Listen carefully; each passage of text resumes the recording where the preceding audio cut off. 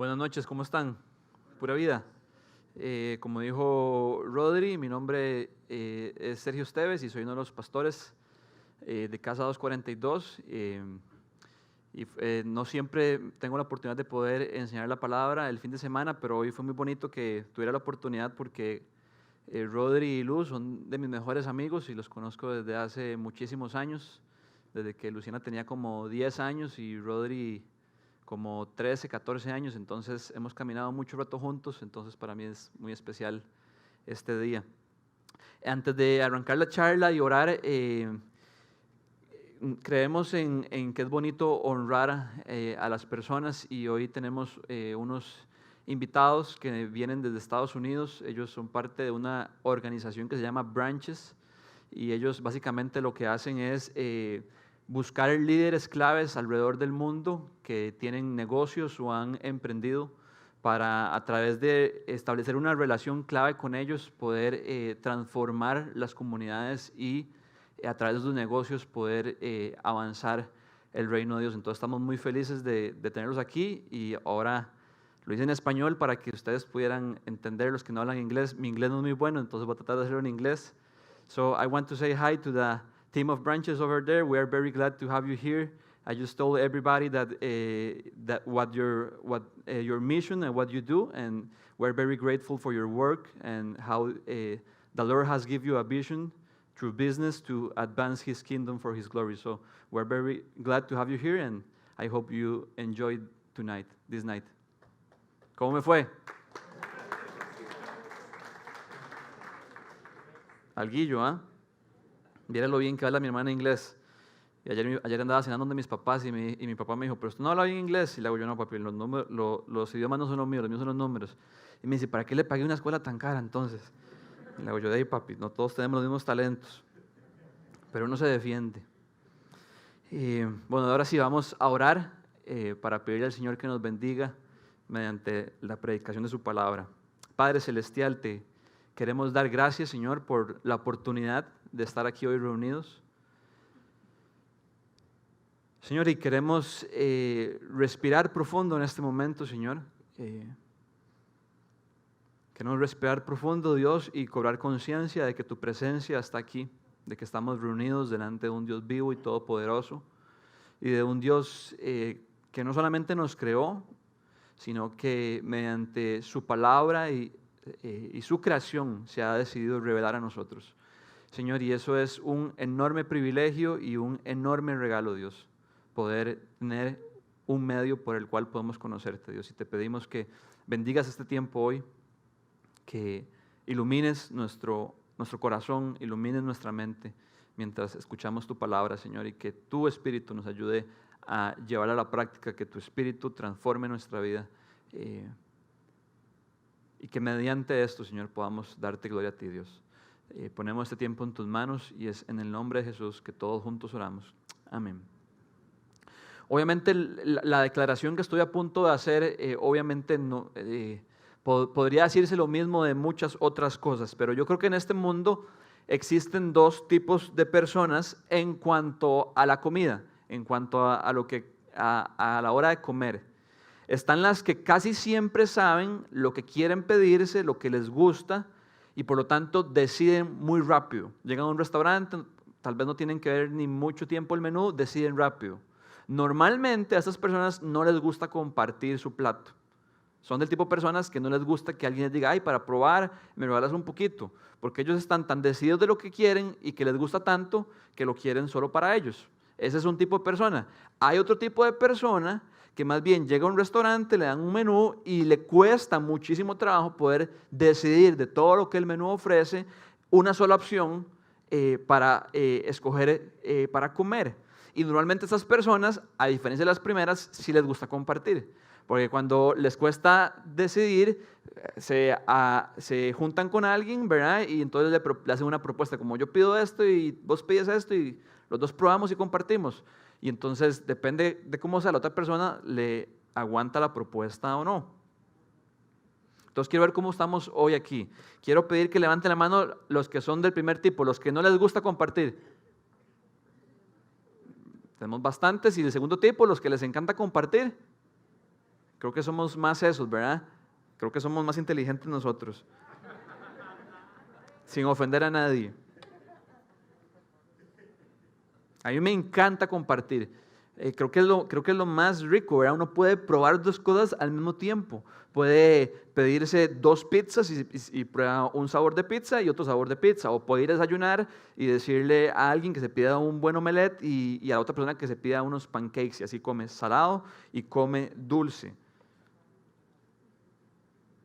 Y pensé en este ejemplo porque creo que así nos sucede no solamente en cuanto a la comida, sino que en otras áreas de nuestra vida. Podríamos pensar que las personas que son decididas a la hora de pedir en un restaurante son decididas en todo aspecto de su vida.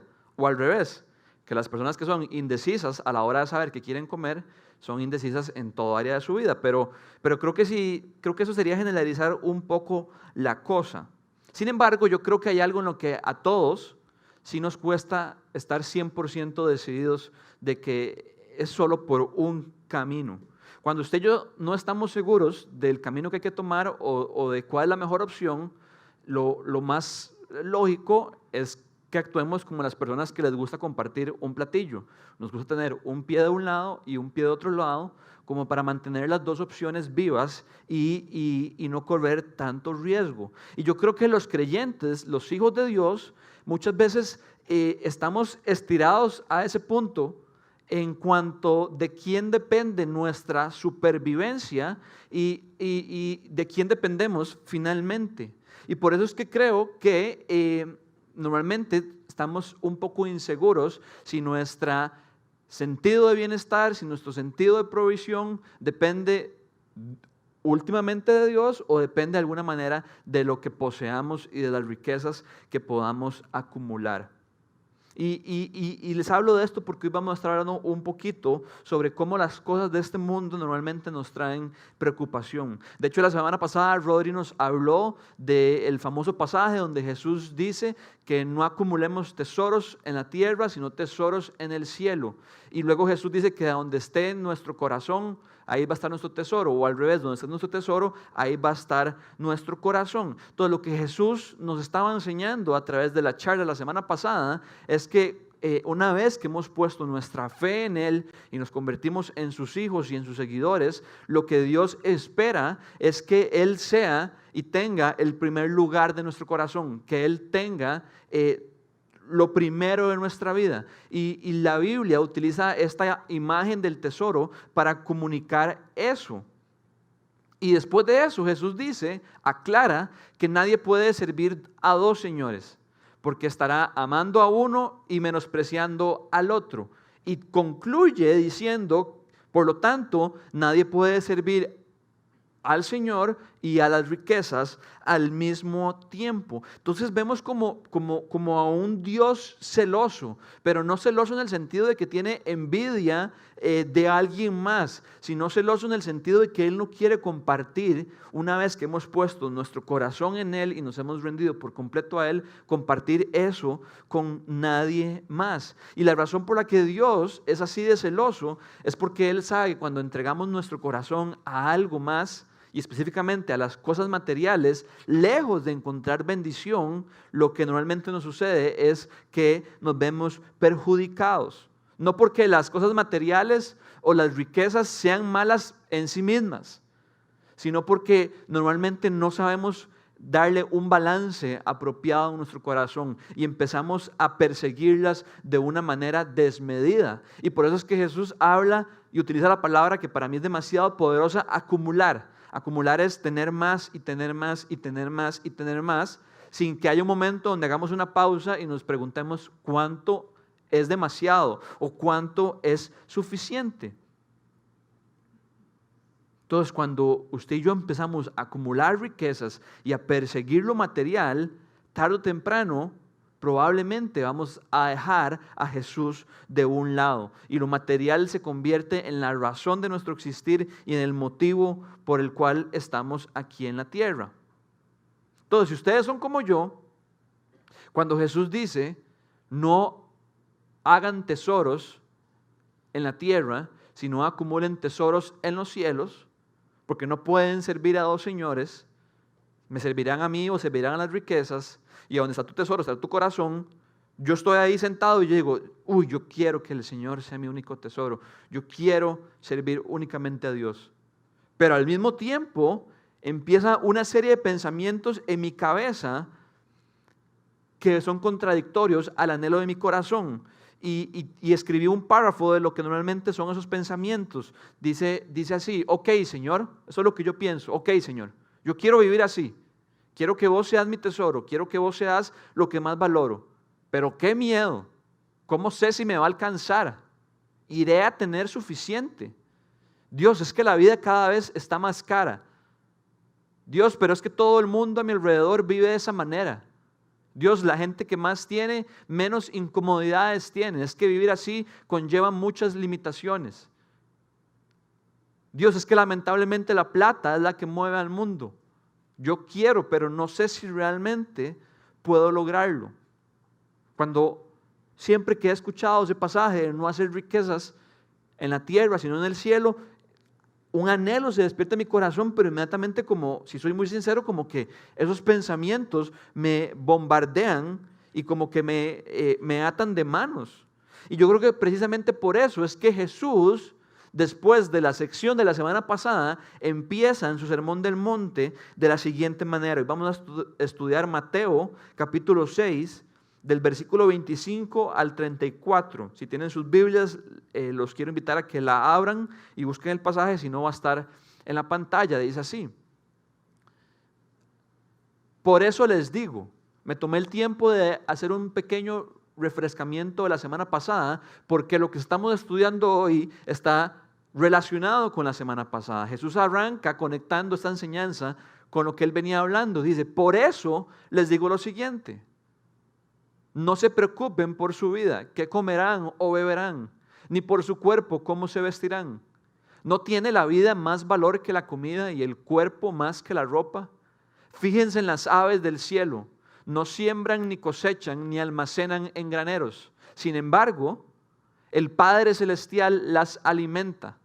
¿No valen ustedes mucho más que ellas? ¿Quién de ustedes, por mucho que se preocupe, puede añadir una sola hora al curso de su vida? ¿Y por qué se preocupan por la ropa? Observen cómo crecen los lirios del campo.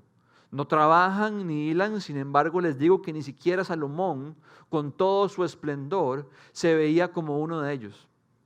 Si así viste Dios a la hierba que hoy está en el campo y mañana es arrojada al horno, ¿no hará mucho más por ustedes, gente de poca fe? Así que no se preocupen diciendo qué comeremos o qué beberemos o con qué nos vestiremos. Porque los paganos andan tras todas estas cosas y el Padre Celestial sabe que ustedes las necesitan. Más bien, busquen primeramente el reino de Dios y su justicia, y todas estas cosas les serán añadidas. Por lo tanto, no se angustien por el mañana, el cual tendrá sus propios afanes. Cada día tiene ya sus problemas. El mensaje aquí es claro. Hay una palabra que se repite 5 ocasiones y nos muestra el tema principal de este texto. Y estoy seguro que todos la notamos, y es: no se preocupen. Jesús aquí está hablando sobre la preocupación. De eso se trata este pasaje. Ante todos esos pensamientos que vienen a mi cabeza, y asumo que han venido a sus cabezas, quizás esos o quizás otros, cuando estamos enfrente de esa intersección de mi supervivencia y mi estado de bienestar, va a depender únicamente de Jesús, o yo ocupo ayudarle un poquito a Jesús para que no me haga falta nada, entonces mejor empiezo a acumular y acumular por si acaso a Jesús se le escapa algo de sus manos. Dios nos dice que no estemos preocupados. Y a menudo leemos por encima esa primera parte: no se preocupen. Pero si nos ponemos literales, literalmente Jesús nos está dando un mandato. No preocuparse es un mandato, al igual de amar a nuestro prójimo. Entonces quiere decir que cuando nos preocupamos, de alguna manera estamos en desobediencia a Dios. Lo que pasa es que hemos estado tan acostumbrados a vivir con la preocupación y a asumir que es parte de la vida, que Dios quiere para sus hijos, que ni siquiera lo vemos como que tal vez estamos haciendo algo que desagrada a Dios. Yo creo que no es necesario dar una definición de qué es estar preocupado. Lamentablemente, porque es algo demasiado familiar para todos nosotros. Son de esas sensaciones que no hay que definirlas para que todos entendamos de qué se trata. Pero estuve investigando y me encontré una definición de un señor llamado A.T. Robertson, un erudito del Nuevo Testamento, y él explicó que la palabra en el lenguaje original comunicaba como en un sentido metafórico que uno se hace pedazos porque está siendo jalado en direcciones opuestas. Entonces, imagínense no sé si esto tenía un nombre en específico. Yo me acuerdo que esto lo veía en las películas de los caballeros y de la era medieval, que agarraban a un caballero o a alguien que querían castigarlo y lo amarraban por sus extremidades y jalaban de 2 caballos para torturarlo. A.T. Robertson dice que la preocupación es algo así, es hacernos pedazos porque hay cosas en sentidos opuestos que nos están jalando.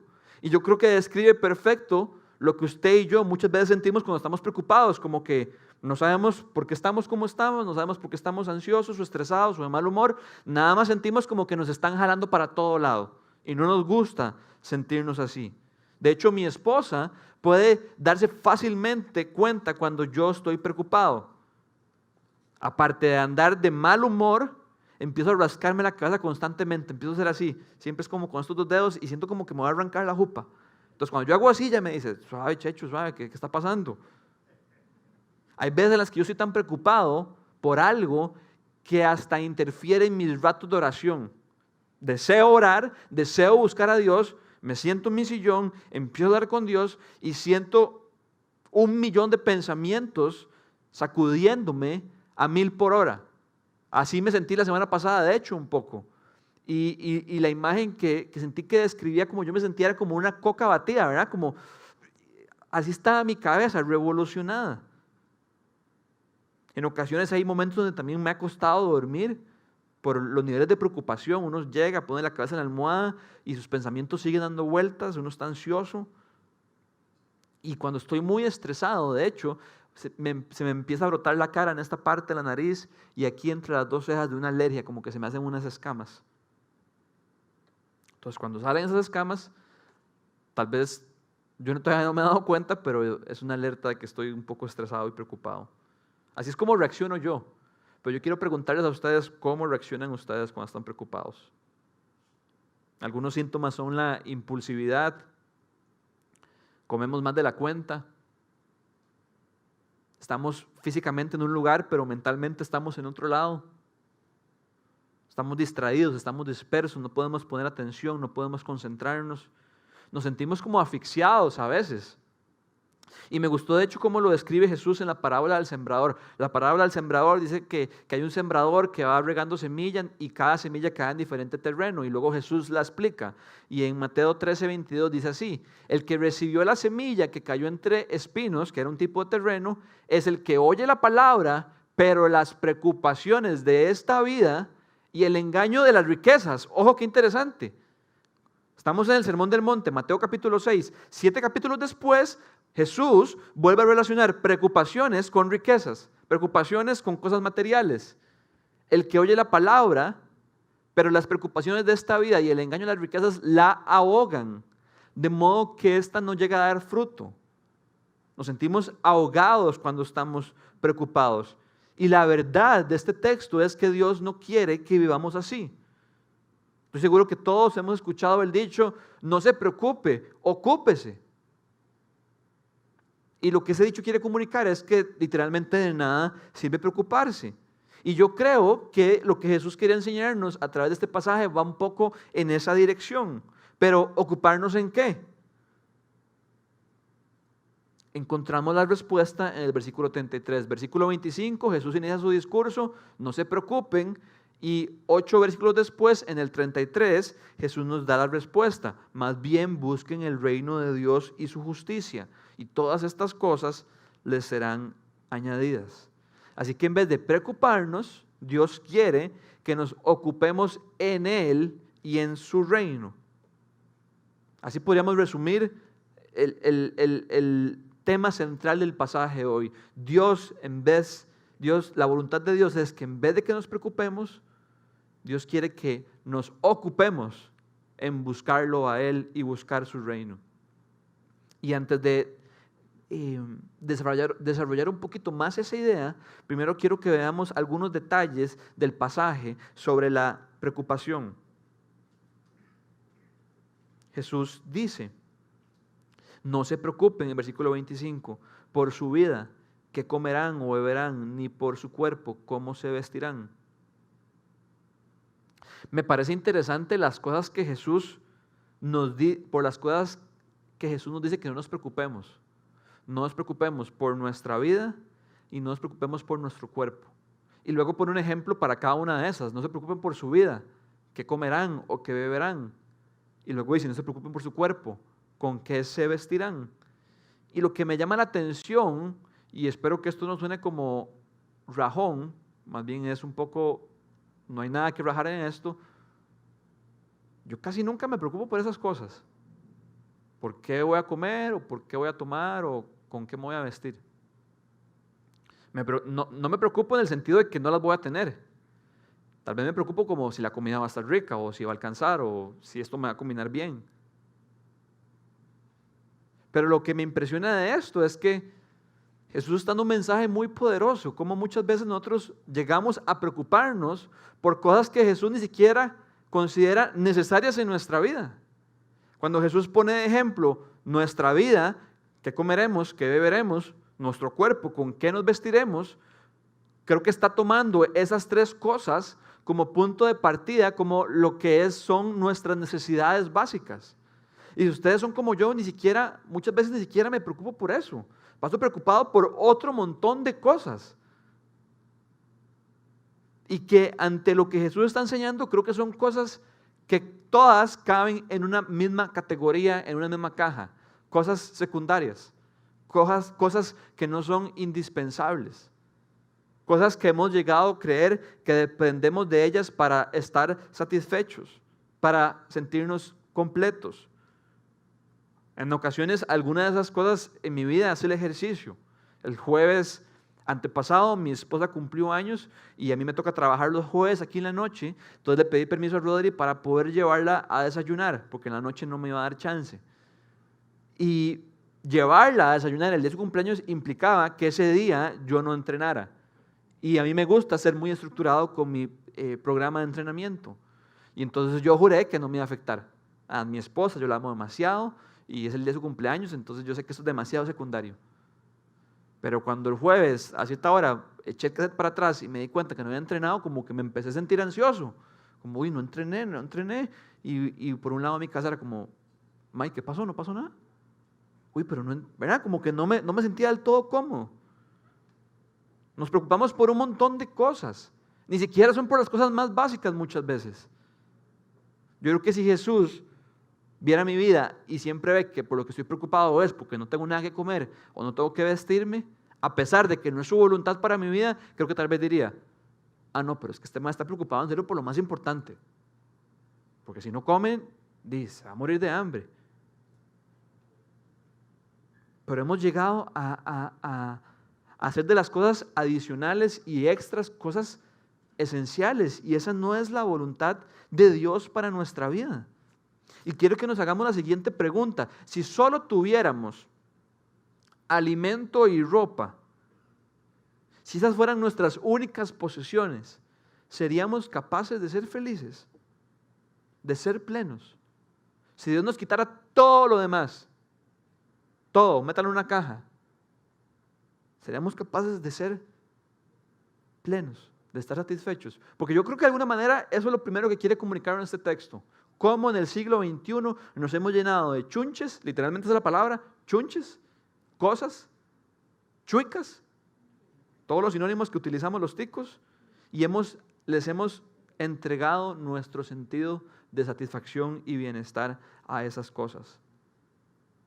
Yo creo que esa pregunta que les hice, si solo tuviéramos alimento y ropa, ¿seríamos capaces de ser felices, de ser plenos? Yo creo que la respuesta que Dios quiere que salga de la vida de sus seguidores es sí, Sí, sí es posible. Y quiero que por unos segundos pensemos si no sería nuestra vida más llena de libertad si todas esas cosas dejaran de poseernos tanto, de tenernos tan agarrados, de tener tanto dominio sobre nuestra vida, tanto gobierno. ¿Seríamos más felices?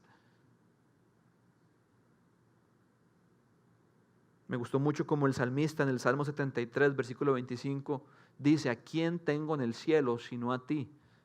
Si estoy contigo, ya nada quiero en la tierra. Yo siempre que leo ese salmo, nunca puedo decir como, amén, así es mi vida.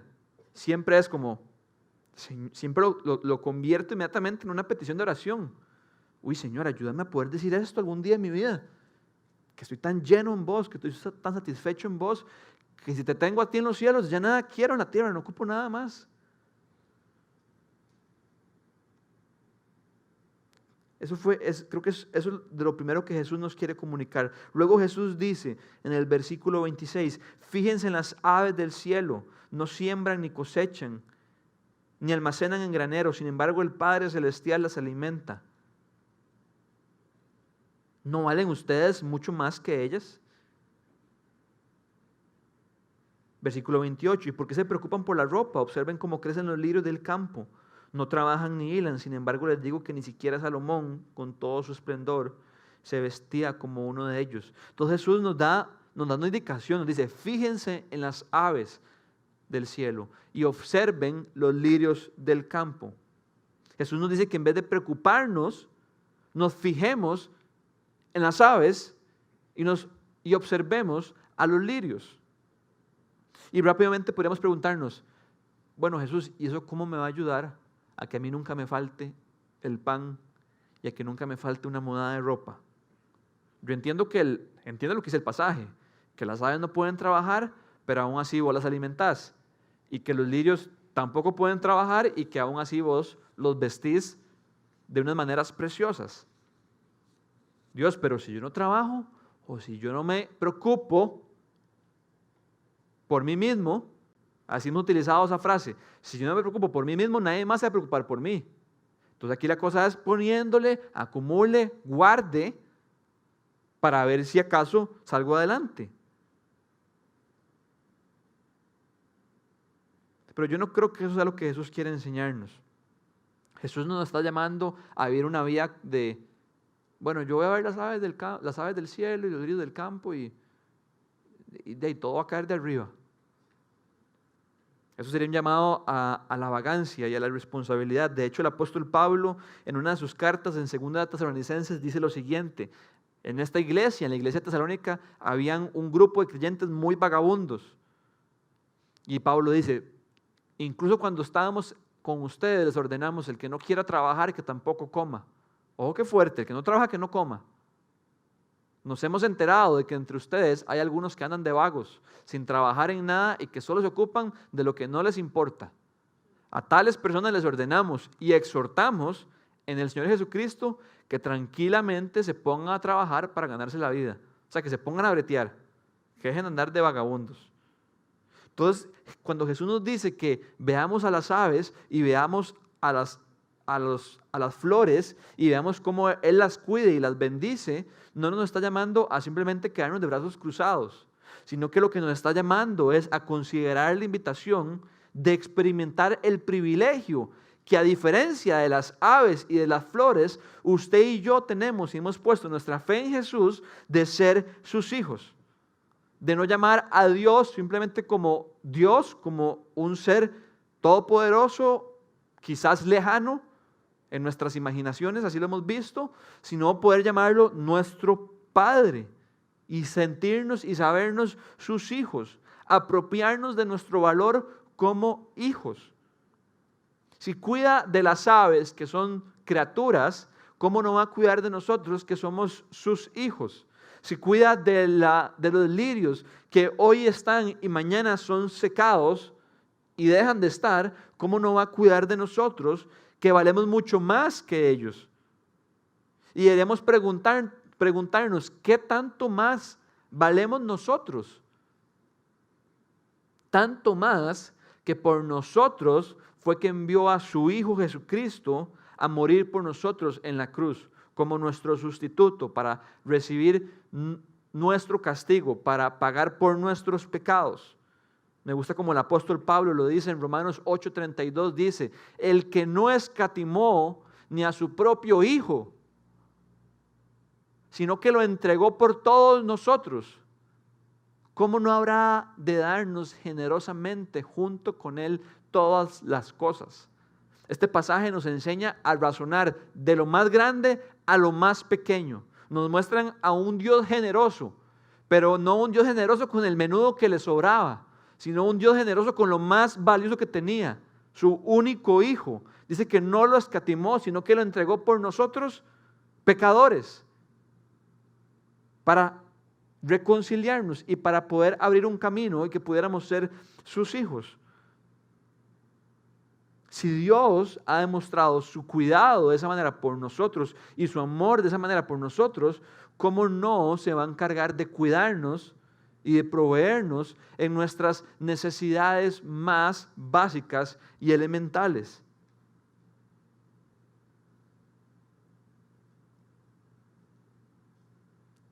Y saben que es algo muy fuerte que pensé cuando leí esto, que este texto no nos enseña que el origen de nuestra preocupación está en la escasez, en la carencia o en cuán difícil esté el trabajo, sino está en nuestra falta de fe y comprensión de que tenemos un Padre celestial en los cielos. Veamos cómo Jesús en ningún momento toca en el texto, aunque no haya trabajo, o yo sé que han pasado unos días sin comer, o sé que están tallados. No, Jesús ni siquiera eso lo menciona. Porque eso no es lo que origina el problema, eso no es lo que despierta la preocupación. Lo que despierta la preocupación es cuando usted y yo olvidamos que si hemos puesto nuestra fe en Jesucristo, Dios es nuestro Padre. Es un Padre celestial, es un Padre que nos cuida, es un Padre que nos ama, un Padre que conoce nuestras necesidades. Entonces el llamado que Jesús nos hace con ver las flores y ver las aves es un llamado, una invitación a disfrutar de su bondad. Más adelante Jesús en el Sermón del Monte utiliza la siguiente analogía, Mateo 7 del 9 al 11, dice así: ¿quién de ustedes si su hijo le pide pan le da una piedra? ¿O si le pide un pescado le da una serpiente? Ojo que no dice, tal vez no tengo pescado. El texto no dice, ¿qué le voy a dar si no tengo pescado? Lo que el texto dice es, ¿qué no le voy a dar aunque no tenga pescado? Si dice que no le voy a dar una piedra y no le voy a dar una serpiente. Pues si Dios es así,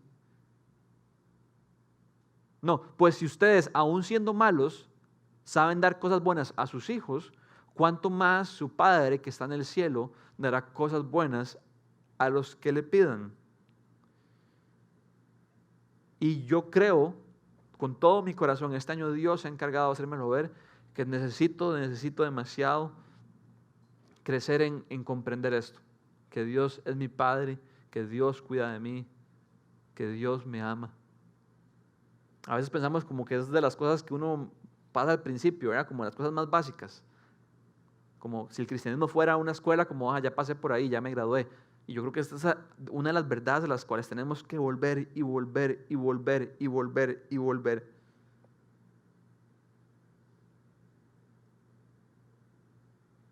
Jesús llama a sus discípulos o a aquellos que se preocupan, los llama como gente de poca fe. ¿No hará mucho más por ustedes, versículo 30, gente de poca fe?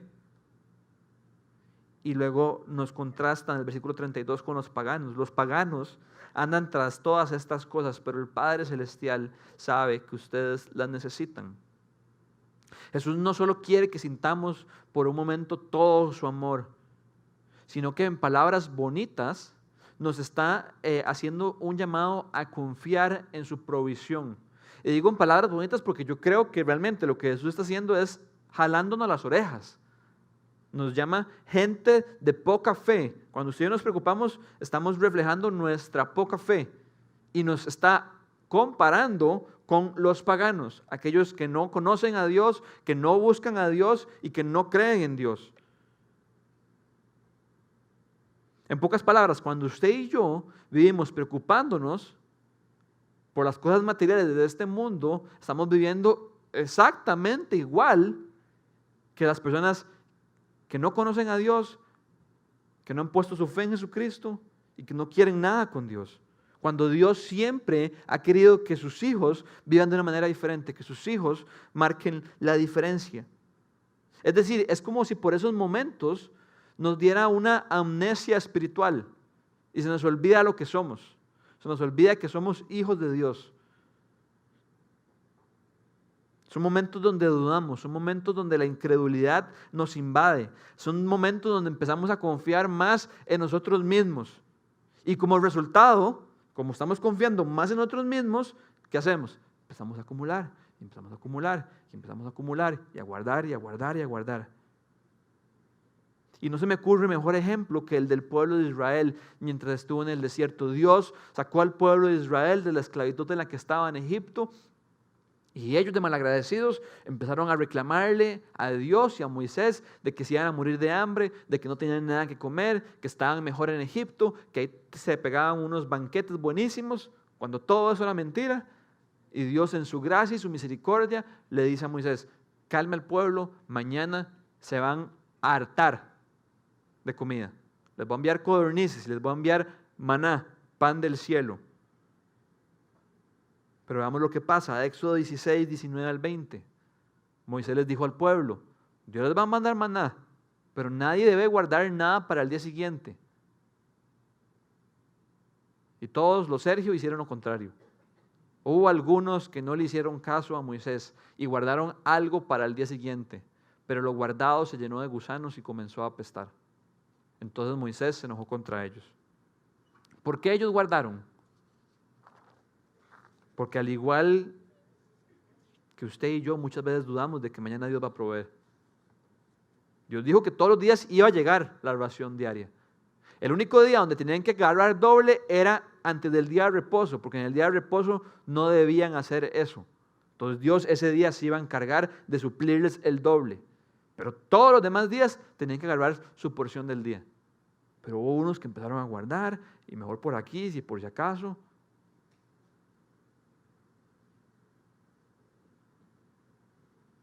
Literalmente, lo que yo creo que el texto de la semana pasada y este texto nos está enseñando es que una vida de acumular tesoros en la tierra es una vida de incredulidad.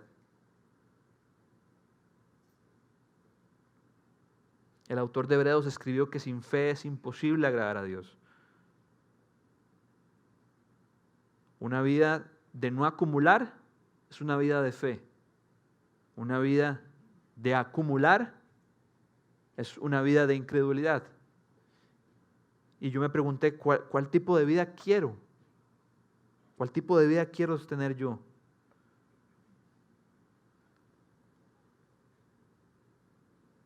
Y Jesús dice, los paganos andan tras todas estas cosas. Andan tras. Ese andan tras en mi casa fue como me lo imaginé como cuando alguien persigue algo. Andar tras todas estas cosas literalmente es perseguirlas. Y cuando andamos tras todas estas cosas y las andamos persiguiendo, es una señal, es un indicador de que las cosas materiales se han convertido en el tesoro de nuestro corazón.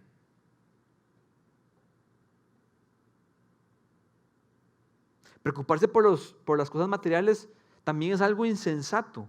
Jesús dice en el versículo 27, ¿quién de ustedes, por mucho que se preocupe, puede añadir una sola hora al curso de su vida?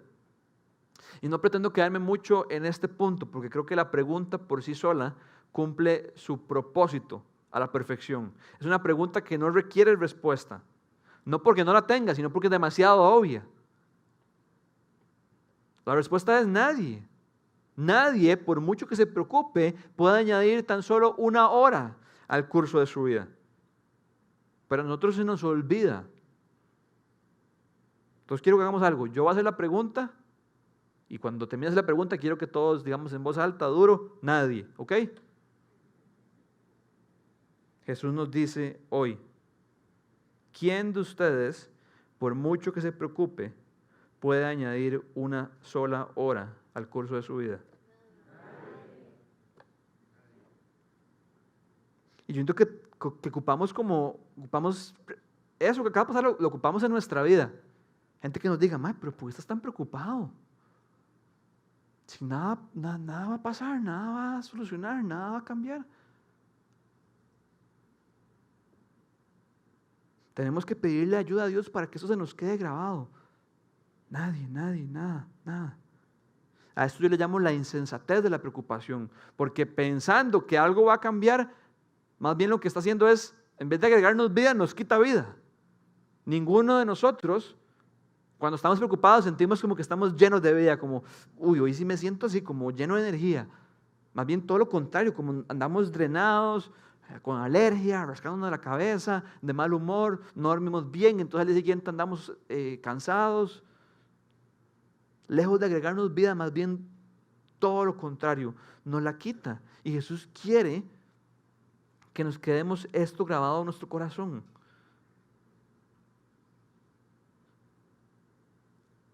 Y al final Jesús cierra diciendo en el 34, por lo tanto no se angustien por el mañana, el cual tendrá sus propios afanes. Cada día tiene ya sus problemas.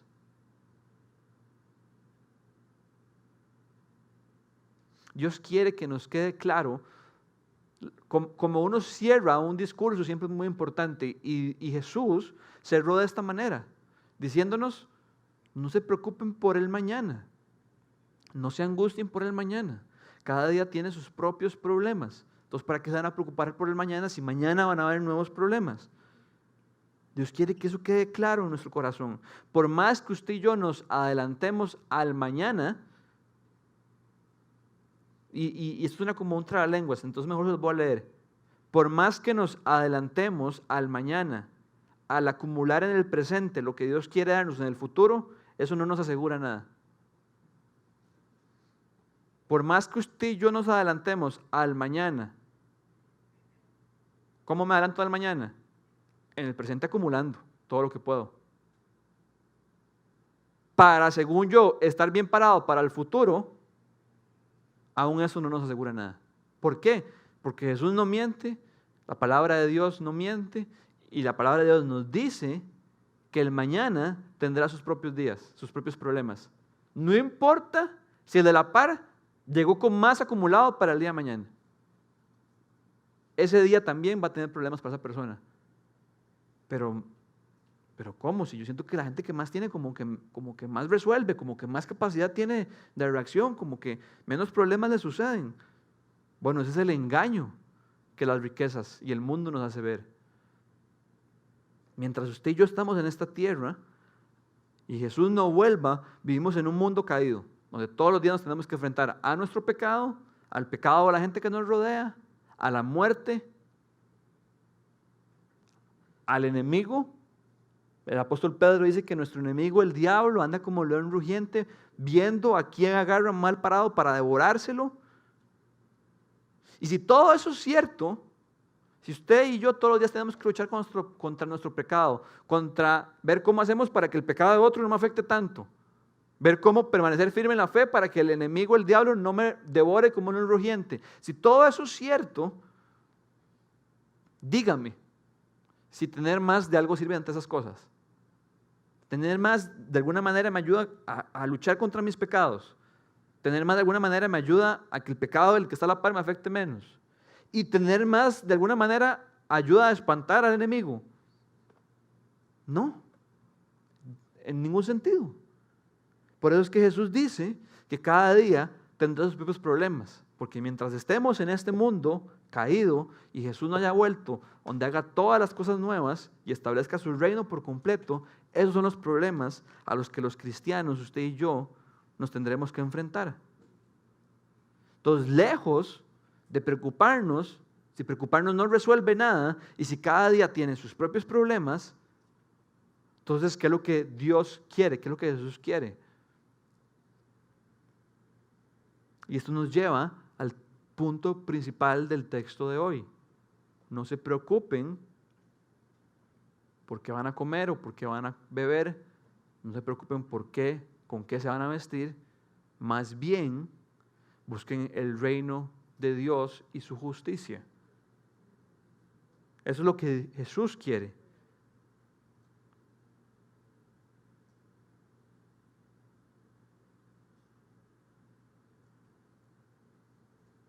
Y yo no sé si a usted le pasó igual que a mí, pero cuando yo empecé a leer el pasaje, hubo dos preguntas que no entendí.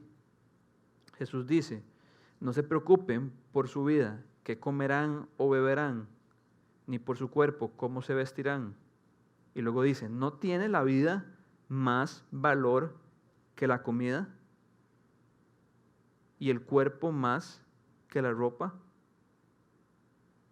Yo creo que esa pregunta está ahí para que cuando usted y yo la leamos, respondamos a ella.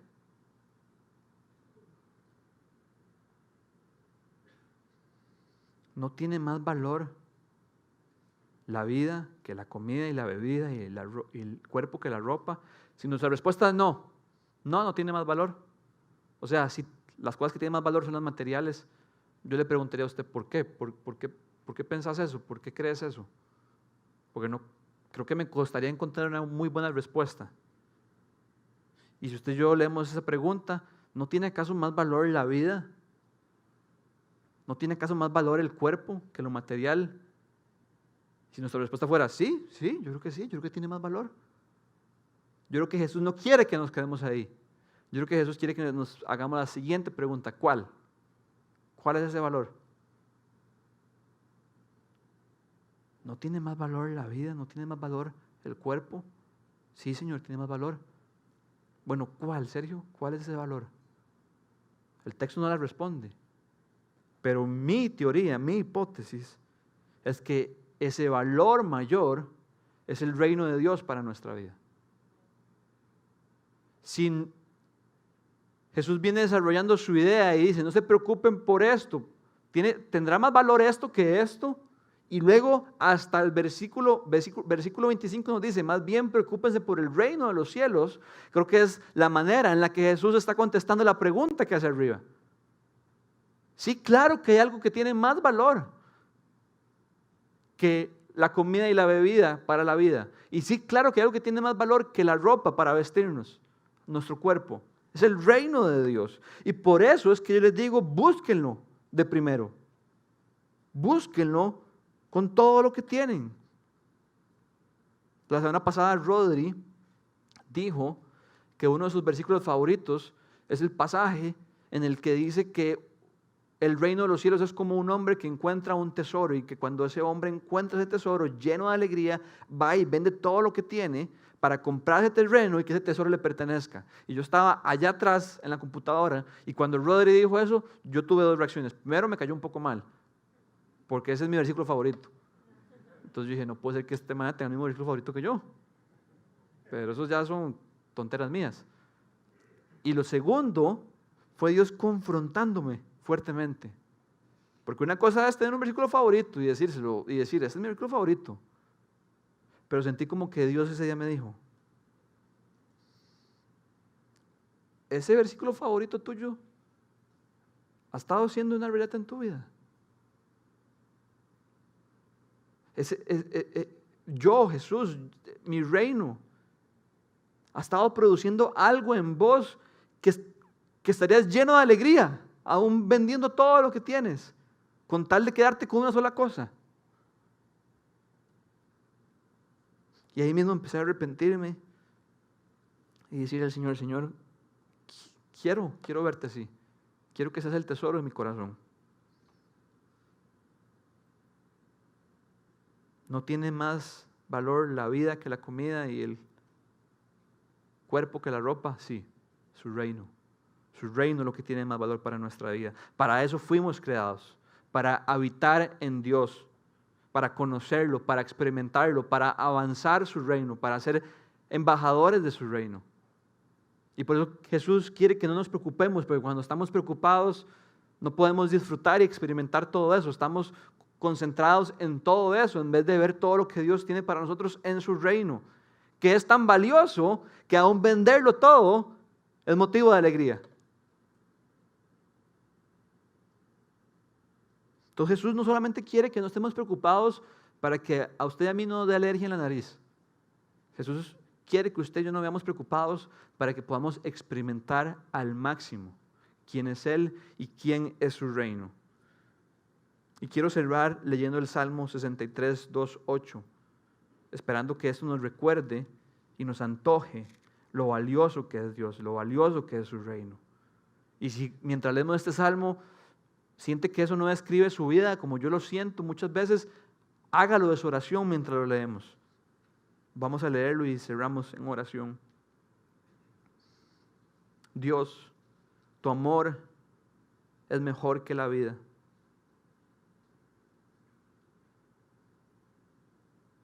No tiene más valor la vida que la comida y la bebida. Sí, Señor, tu amor es mejor que la vida. Por eso mis labios te alabarán. Porque eres lo más valioso, te bendeciré mientras viva y alzando mis manos te invocaré. Mi alma quedará satisfecha, no cuando más tenga, sino cuando entienda que tu amor es mejor que la vida. Quedaré satisfecho como de un suculento banquete y con los labios jubilosos te alabará mi boca. En mi lecho me acuerdo de ti y pienso en ti toda la noche. A la sombra de tus alas cantaré porque tú eres mi ayuda. Mi alma se aferra a ti, Dios. Tu mano derecha me sostiene. Vamos a orar.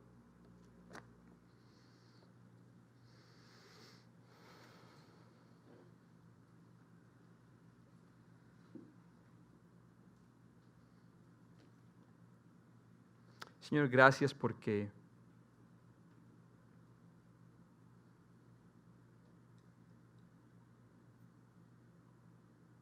tú nos ofreces en tu palabra la verdad.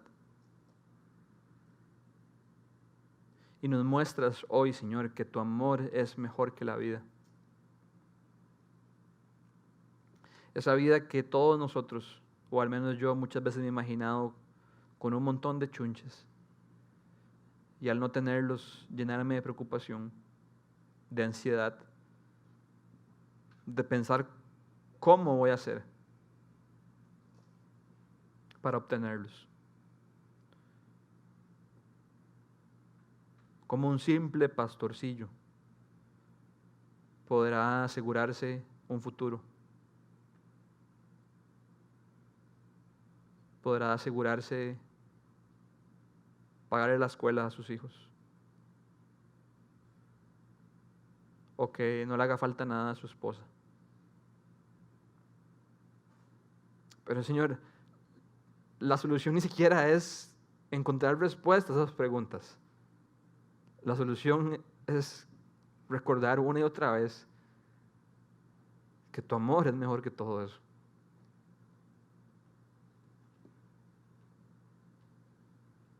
Que tiene más valor un futuro incierto que un futuro asegurado sin ti. Oh Señor, te pido que por favor nos hagas llegar a la profunda convicción que podamos tener todo lo que queramos, todo lo que este mundo nos ofrece, pero que si no te tenemos a ti, Jesús, que si tú no eres el tesoro de nuestro corazón, seremos los más miserables de todos los mortales, los más desdichados. Queremos que tú seas nuestro tesoro, Señor. Señor, y yo creo que la llave para abrir ese tesoro y para disfrutar de tu reino y disfrutar de tu amor es una y otra vez recordar que somos tus hijos, que tú eres nuestro Padre, que conoces nuestras necesidades, Dios, y que cuidas de nosotros. Danos fe, Dios. Danos fe, Señor.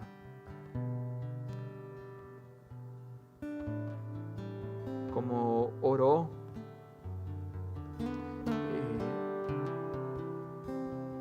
un hombre que tuvo un encuentro con Jesús, dijo: ayúdame en mi incredulidad. Señor, hacemos de esa nuestra petición hoy, Señor. Ayúdanos en nuestra incredulidad. En nuestra incredulidad de que tú eres bueno, en nuestra incredulidad de que tú nunca nos vas a dejar, en la incredulidad de que siempre has estado a nuestro lado, en la incredulidad de que nada nos va a faltar. Queremos tener una fe segura, certera, bien cimentada, bien arraigada en esas verdades, Dios, y disfrutar así de la vida que nos has dado.